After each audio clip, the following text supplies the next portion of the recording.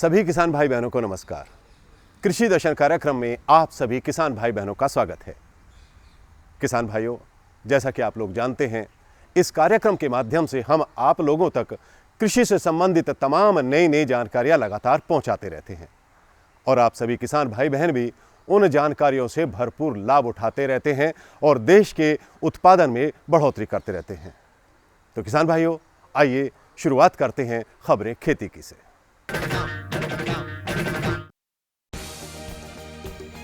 मंडियों में फसल आते ही सरकारी गोदामों से गेहूं की बिक्री बंद। देश में 57 कृषि वस्तुओं को जीआई पेटेंट और आयुर्वेद को विदेशी निवेश की खुराक।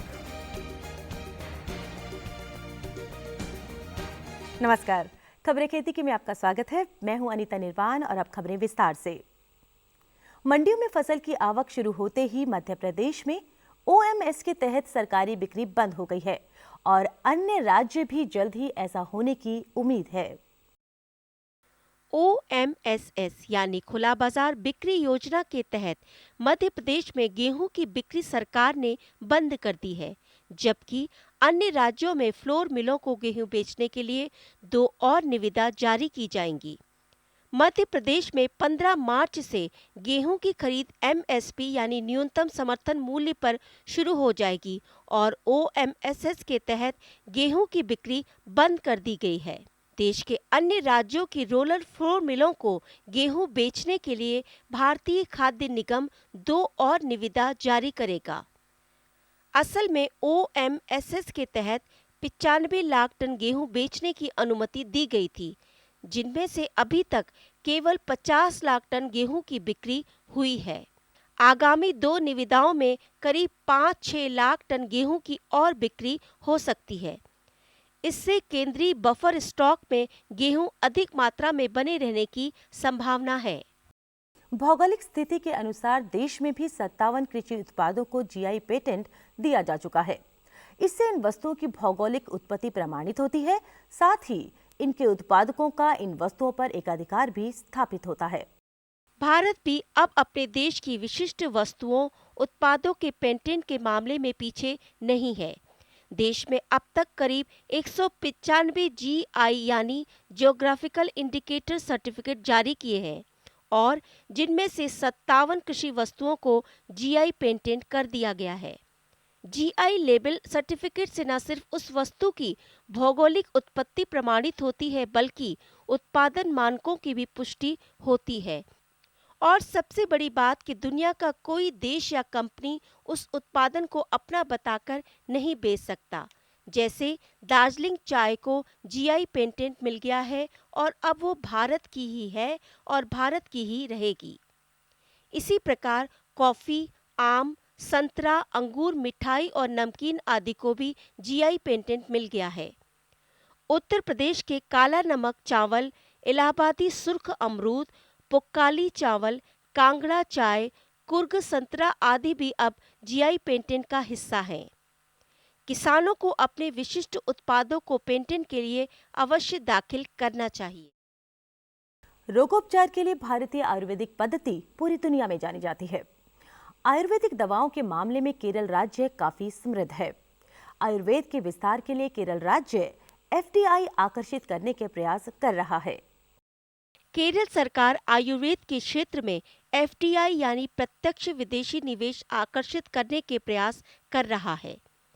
चिकित्सा की प्राचीन पद्धतियों में से एक आयुर्वेद के विस्तार के लिए एफडीआई को आमंत्रित किया जा रहा है।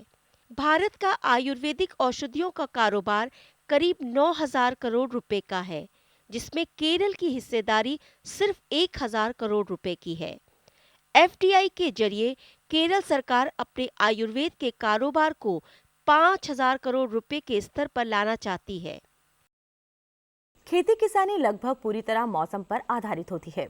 इस कारण मौसम की सही जानकारी काफी अहम हो जाती है।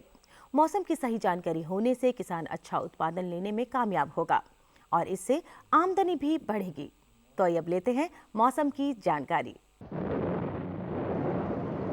मौसम विज्ञान विभाग के अनुसार तटीय तमिलनाडु के कुछ क्षेत्रों में बारिश के आसार हैं। जबकि लक्षद्वीप, अंडमान व निकोबार द्वीप समूहों, आंतरिक तमिलनाडु, तटीय व दक्षिण आंतरिक कर्नाटक के इक्का दुक्का इलाकों में हल्की बारिश हो सकती है। पश्चिमी विक्षोभ ने दिशा बदली है। मध्य प्रदेश में कुछ स्थानों में ओले गिरने की संभावना है। हरियाणा, राजस्थान, दिल्ली में हल्की बारिश हो सकती है। ये लो और बताओ। बस। अरे ये क्या भैया जी, बस इतनी सी रासायनिक खाद? किसानी छोड़ रहे हो क्या? किसानी नहीं, नादानी छोड़ रहे हैं। मिट्टी की जांच कराई है।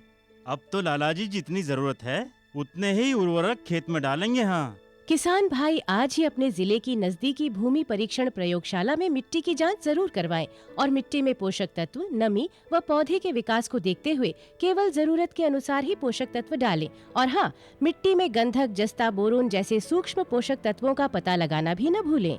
उर्वरक और जैविक खाद के सही उपयोग से भूमि का उपजाऊपन बनाए रखें, उत्पादकता बढ़ाएं, खर्चा घटाएं और बहुमूल्य विदेशी मुद्रा बचाने में भी सहयोग दें। और हाँ, धीमी गति से नाइट्रोजन उपलब्ध कराने वाले उर्वरकों जैसे नीम लेपित यूरिया को प्राथमिकता दें और यूरिया का पत्तों पर छिड़काव करें। अरे वाह, तू तो सचमुच समझदार हो गया रे। अधिक जानकारी के लिए संपर्क करें जिला कृषि अधिकारी या किसान कॉल सेंटर। देश की विभिन्न मंडियों में जिंसों के भावों से रूबरू होते हैं, क्योंकि मंडियों में चल रहे दामों की सही जानकारी ही आपको आपकी मेहनत के सही दाम दिलवाएगी। आइए देखते हैं मंडी भाव। शुरुआत करते हैं देश की विभिन्न मंडियों में जिंसों के भाव से। बाजरा मंगरोल गुजरात की मंडी में न्यूनतम 1500 से अधिकतम 1550 रुपए प्रति क्विंटल रहे और अजमेर राजस्थान की मंडी में 1225 से 1325 रुपए। इसके अलावा कानीगिरी आंध्र प्रदेश की मंडी में 1180 से 1200 रुपए। चावल कछार असम की मंडी में 2400 से 2800 रुपए और चकुलिया झारखंड की मंडी में 2200 से 2400 रुपए।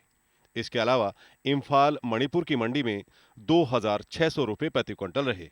चीनी लोहरदग्गा झारखंड की मंडी में 3000 से 3100 रुपए और पाली राजस्थान की मंडी में 3000 से 3100 रुपए। इसके अलावा लखीमपुर उत्तर प्रदेश की मंडी में 3150 से 3220 रुपए। मसूर दाल कछार असम की मंडी में 7000 से 7500 रुपए और पुरुलिया पश्चिम बंगाल की मंडी में 7600 रुपए प्रति क्विंटल रहे। अब एक नजर डालते हैं फल सब्जियों के भाव पर। केला सदौरा हरियाणा की मंडी में न्यूनतम 1200 से अधिकतम 1600 रुपए प्रति क्विंटल रहे और मोगा पंजाब की मंडी में 1000 से 1250 रुपए। इसके अलावा लखीमपुर उत्तर प्रदेश की मंडी में 1600 रुपए प्रति क्विंटल रहे। टमाटर कछार असम की मंडी में 1400 से 1600 रुपए और सूरत गुजरात की मंडी में 500 से 750 रुपए। इसके अलावा लोहरदग्गा झारखंड की मंडी में 700 से 900 रुपए। आलू अतेली हरियाणा की मंडी में 700 से 825 रुपए और इम्फाल मणिपुर की मंडी में 1100 रुपए प्रति क्विंटल रहे। इसके अलावा बारगढ़ ओडिशा की मंडी में 1000 से 1200 रुपए प्रति क्विंटल रहे। प्याज प्रतापगढ़ उत्तर प्रदेश की मंडी में 1125 से 1175 रुपए और पुरुलिया पश्चिम बंगाल की मंडी में 1200 से 1400 रुपए। अब एक नजर विभिन्न मंडियों में मसालों के भाव पर। अदरक कोथामंगलम केरल की मंडी में न्यूनतम 22,000 रुपए प्रति क्विंटल से अधिकतम 23,000 रुपए प्रति क्विंटल रहे और मोगा पंजाब की मंडी में 4,500 से 7,800 रुपए। इसके अलावा कटवा पश्चिम बंगाल की मंडी में 5,450 से 6,000 रुपए प्रति क्विंटल रहे। मिर्च लाल राजकोट गुजरात की मंडी में 5,750 से 12,000 रुपए और लोहरदग्गा झारखंड की मंडी में 10,000 से 10,100 रुपए। इसके अलावा कोविलपट्टी तमिलनाडु की मंडी में 5,000 से 7,000 रुपए। खेती खबरों में आज बस इतना ही। कृषि दर्शन कार्यक्रम में और अधिक रोचक और ज्ञानवर्धक जानकारियों के लिए देखते रहिए कृषि दर्शन। किसान भाइयों, पुराने जमाने में लोगों को जागरूक करने के लिए नुक्कड़ नाटकों, स्वांग और मेलों का आयोजन किया जाता था। समय ने करवट बदली और आधुनिक तकनीकें आ गई, जैसे रेडियो, टेलीविज़न, इंटरनेट और मोबाइल इत्यादि। हम इस कार्यक्रम के माध्यम से और इन तमाम तकनीकों का इस्तेमाल करते हुए तो आप तक जानकारियां लगातार पहुंचाते ही हैं। इसके अलावा हम अपनी पुरानी परंपरा को भी नहीं भूले। हाल ही में नई दिल्ली पूसा में ऐसे ही एक कृषि मेले का आयोजन किया गया है, जिसमें किसानों को बहुत सी जानकारियां दी जा रही हैं। ये मेला 26, 27, 28 तारीख तक चलेगा। तो आइए किसान भाइयों, इस मेले की सैर करते हैं।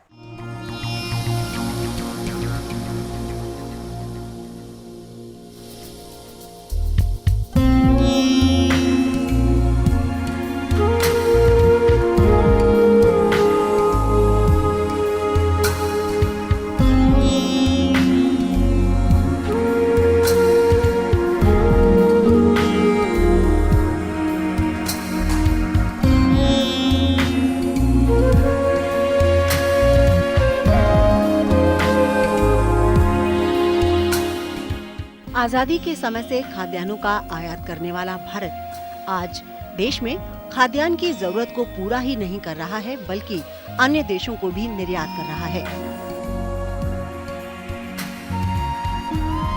भारत को इस स्थिति में लाने में भारतीय कृषि अनुसंधान संस्थान पूसा नई दिल्ली ने प्रभावी भूमिका निभाई है। भारत की हरित क्रांति में उल्लेखनीय योगदान करने वाले भारतीय कृषि अनुसंधान संस्थान की कड़ी मेहनत का ही नतीजा है कि आज भारत खाद्यान्न उत्पादन में आत्मनिर्भरता प्राप्त करने के साथ ही खाद्यान्न निर्यात करने की स्थिति में है। इस स्थिति को देखते हुए पूसा संस्थान ने 26 से 28 फरवरी 2014 के दौरान आयोजित होने वाले मेले का विषय टिकाऊ कृषि के लिए जलवायु तन्यक तकनीकें रखा है। पूसा संस्थान में आयोजित होने वाले कृषि विज्ञान मेले का 26 फरवरी को केंद्रीय कृषि मंत्री शरद पवार ने भव्य शुभारंभ किया। एक तो देश में खेती के क्षेत्र में बदलाव आ रहे हैं कि 5 साल पहले हम गेहूं विदेश से आयात करते थे। 5-6 साल पहले हमने कपास बाहर देश से यहाँ लाया था। आज हमारे किसान भाई और बहनों ने मेहनत की, अपना खून पसीना दे दिया। हमारे वैज्ञानिकों ने नया सीड देने के लिए कोशिश की गई और देश के कृषि क्षेत्र में बदलाव आ गया है। आज जिसका जिक्र यहाँ किया गया, 263 दशलक्ष टन अनाज आज तक कभी पैदा नहीं हुआ था, आज इस देश में पैदा हुआ। दुनिया में 1 नंबर का एक्सपोर्ट करने वाला चावल में आज देश भारत बन गया है। दुनिया में गेहूं में, चीनी में और कपास में 2 नंबर का एक्सपोर्ट करने वाला देश भारत बन गया है। और पिछले साल इस देश के किसानों ने जो पैदावारी की और ये देश की पूरी जिम्मेदारी पूरी करने के बाद बाहर देश में हमने जो खेती का माल निर्यात किया, एक्सपोर्ट किया, इससे भारत सरकार को 2,32,000 करोड़ की राशि फॉरेन एक्सचेंज के माध्यम में मिली। आज तक इंडस्ट्री फॉरेन एक्सचेंज कमाती थी, अभी हमारा किसान भी देश के लिए फॉरेन एक्सचेंज कमाने लगा और देश की तो जिम्मेदारी पूरी करता है, मगर दुनिया के भूखे लोगों को आज अनाज देने का काम हिंदुस्तान का किसान कर रहा है। एक बहुत बड़ी उपलब्धि हमारे किसानों ने की है। और खेती के क्षेत्र की शिक्षा का बंदोबस्त वहाँ के नौजवानों में जब तक हम नहीं कर सकते तब तक बुंदेलखंड में सुधार नहीं आएगा, परिवर्तन नहीं आएगा।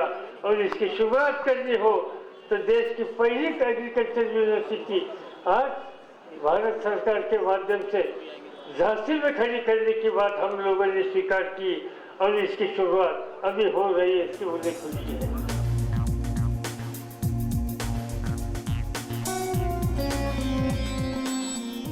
उद्घाटन अवसर पर बुंदेलखंड के झांसी में रानी लक्ष्मीबाई केंद्रीय कृषि विश्वविद्यालय खोलने की घोषणा का स्वागत करते हुए केंद्रीय ग्रामीण विकास मंत्री श्री प्रदीप जैन ने कृषि मंत्री शरद पवार का आभार जताया।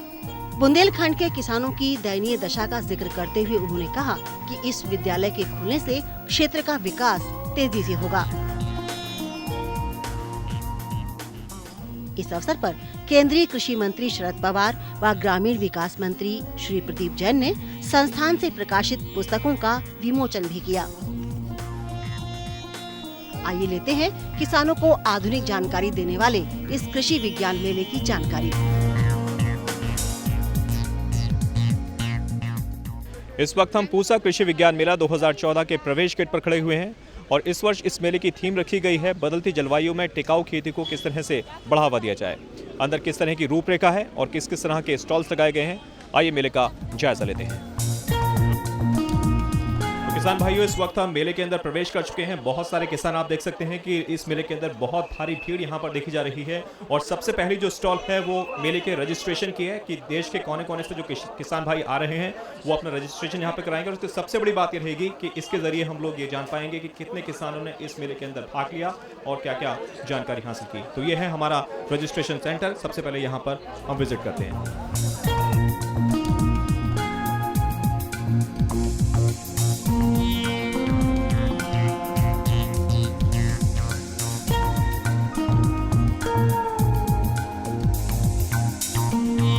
रजिस्ट्रेशन केंद्र के बाद आप देख सकते हैं कि जो मुख्य द्वार है मेले का वो लगा हुआ है और यहाँ से हम प्रवेश करेंगे। जितनी स्टॉल्स हैं वो यहाँ से शुरू होती हैं।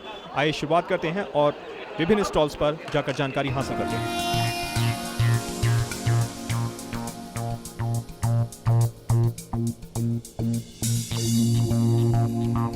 तो दोस्तों, मेले में हम प्रवेश कर चुके हैं और सबसे पहली स्टॉल हम देख सकते हैं इस मेले की थीम को लेकर बनाई गई है। और इस मेले की थीम है, आप साफ देख सकते हैं मेरे ऊपर, टिकाऊ कृषि के लिए जलवायु तन्यक प्रौद्योगिकी, climate resilient technology for sustainable agriculture. आइए अंदर की तरफ रुख करते हैं और क्या क्या यहाँ पर मुख्य स्टॉल्स लगाई गई हैं और किस तरीके से किसान भाई जानकारी ले रहे हैं उसका जायजा लेते हैं।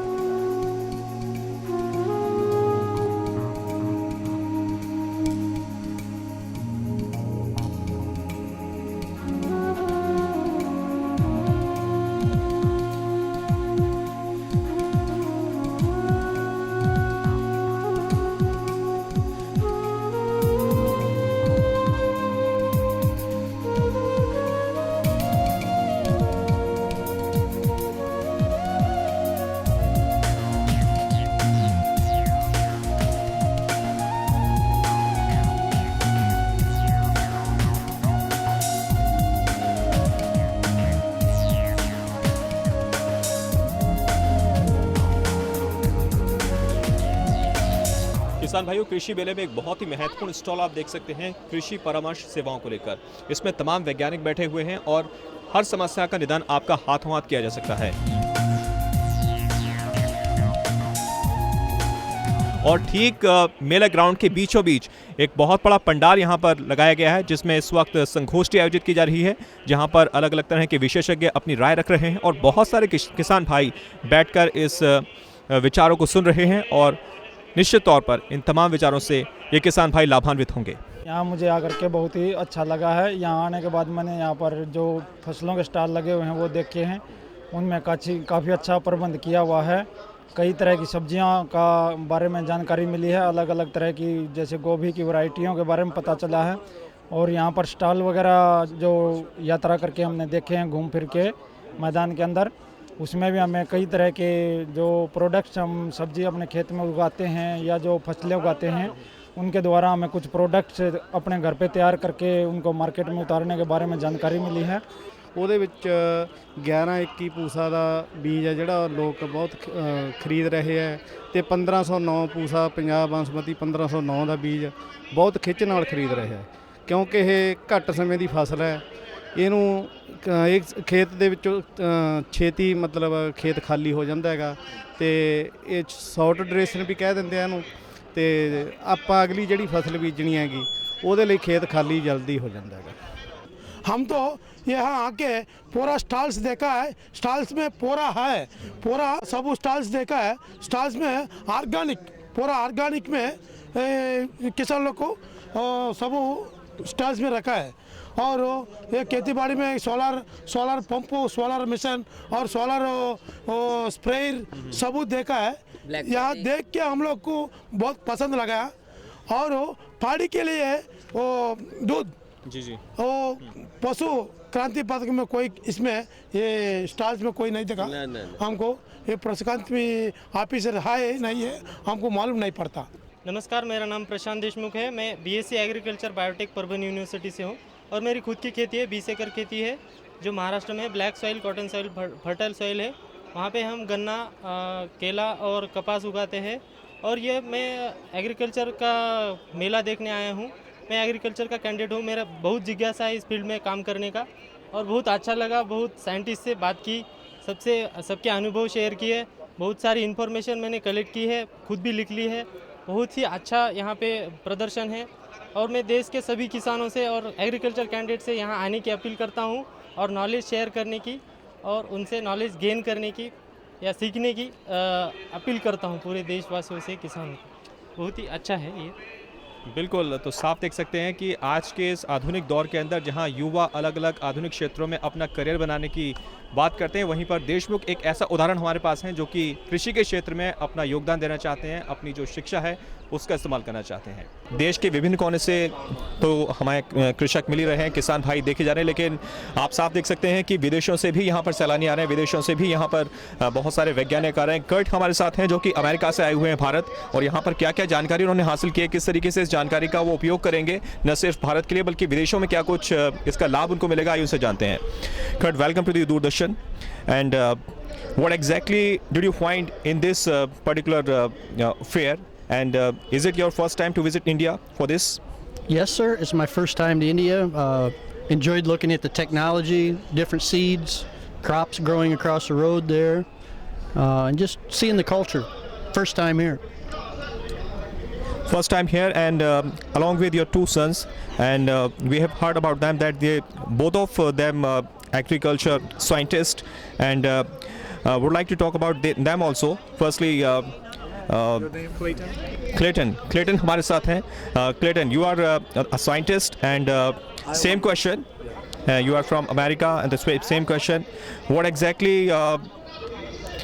did you motivate for you to come down in India, especially in this agricultural fair? I think it's awesome to be at this fair. It's great to see the different technologies and the different kinds of techniques that are in use around here.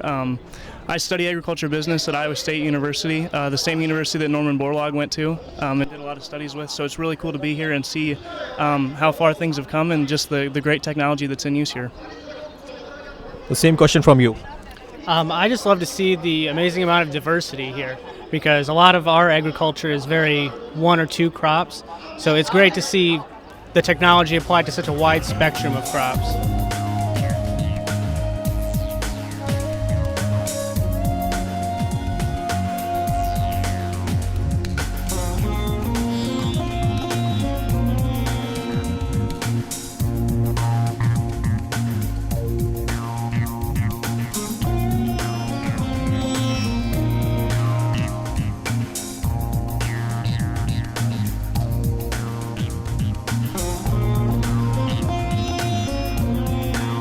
तो पूसा कृषि विज्ञान मेला 2014 लगातार जारी है।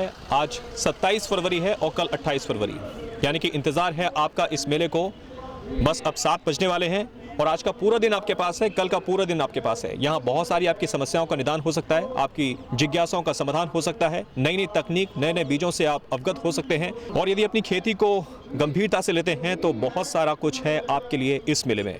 तो जल्दी कीजिए और पहुंचिए पूसा कृषि विज्ञान मेला 2014 नई दिल्ली। फिलहाल के लिए हमारी पूरी टीम को दीजिए इजाजत।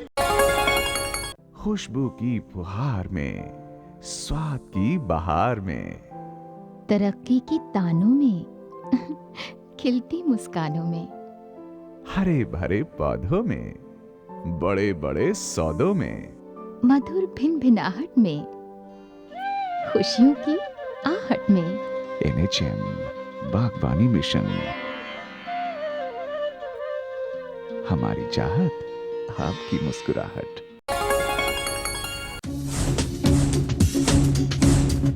जुड़िए हमारे साथ ट्विटर पर twitter.com/कृषिदर्शन-dd, फेसबुक पर facebook.com/कृषिदर्शन-dd और देखिए कृषि दर्शन अब YouTube पर भी youtube.com/user/कृषिदर्शन-dd। भेजें हमें मेल कृषिदर्शन-dd@gmail.com पर। तो किसान भाइयों, आप लोगों ने मेले की सैर की। मुझे पूरी उम्मीद है कि आप लोगों ने वहां से बहुत ही महत्वपूर्ण जानकारियां हासिल की होंगी, लेकिन अभी भी ऐसी जानकारियां बहुत सी हैं जो आप तक पहुंचाना बाकी है। इसके लिए हम आप लोगों को कल फिर मेले में लिए चलेंगे और उनसे रूबरू कराएंगे। तो अब मुझे आज्ञा दीजिए, आप लोगों से फिर मुलाकात होगी। तब तक के लिए नमस्कार।